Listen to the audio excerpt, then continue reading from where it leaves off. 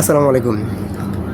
নেত্রকোনা যে নিউজটা দুই দিন যাবৎ খুব ট্রেন্ডিং চলতেছে, এই নিউজে নতুন একটা মুড তৈরি হয়েছে।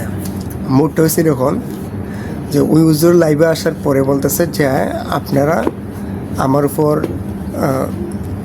একটা বেইনসাফি করতেছেন, আপনারা যেভাবে আমার দোষী সাব্যস্ত করতেছেন এটা প্রকৃত দোষী আমি না।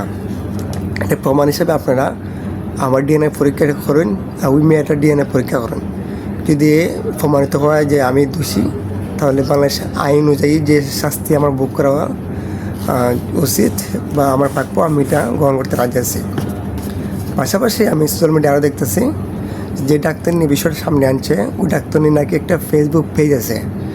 এই ফেসবুক পেজটা র্যাঙ্কিং বা রেস করার জন্য উনি এরকম একটা বানওয়ার্ড বক্তব্য বা একটা কথা চালাই দিছে।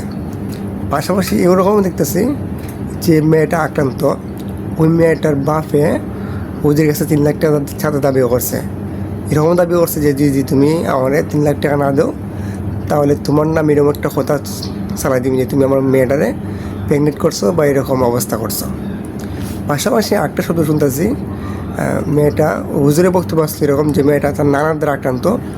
তো নানার দ্বারা আক্রান্ত এই সূত্র দিয়ে আবার কয়েকটা পেজে এরকম পোস্ট দেখলাম যে তার নানারে সেভ করার জন্য তার মা বা তার নানি, তার আত্মীয় স্বজন সবাই সংঘবদ্ধভাবে হুজুরের উপর এই দোষটা চালাই দিয়েছে।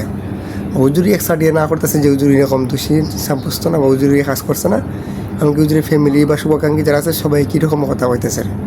তো আমি আমার জায়গাতে যেরকম চিন্তা করি বা দিয়ে দৃষ্টিকোণটা দেখি, তখন হুজুরের দোষী সাব্যস্ত করা হয়েছে, বিষয়টা একেবারে এখানে অপ্রত্যাশিত।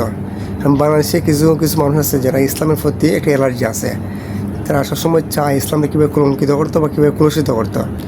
তারই ধারাবাহিকতা এরকম প্রতিনিয়ত আমরা দেখতেছি, প্রেক্ষাপট শুনতেছি বা বুঝতেছি।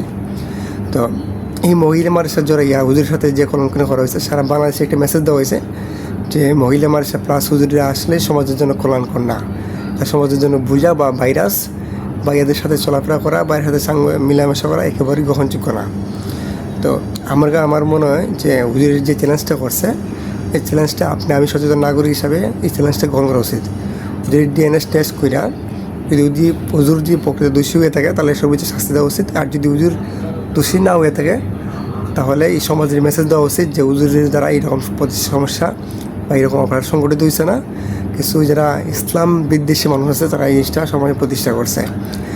আর এতে প্রমাণিত হইব এই মহিলা মাদ্রাসাটাও একটু কলঙ্কনিতে বাঁচতে পারবো, হুজুর সমাজ বা হুজুর নিজে একটা কলঙ্কনি জায়গাতে বাঁচতে পারবো। পাশাপাশি হুজুরের যে শুভাকাঙ্ক্ষী আত্মীয় স্বজন, তাদের ছেলে মেয়ে বাচ্চা কাচ্চা সবাই সমাজ একটা প্রতিষ্ঠিত একটা মোটামুটি সম্মানজনক অবস্থায় থাকতে পারবো।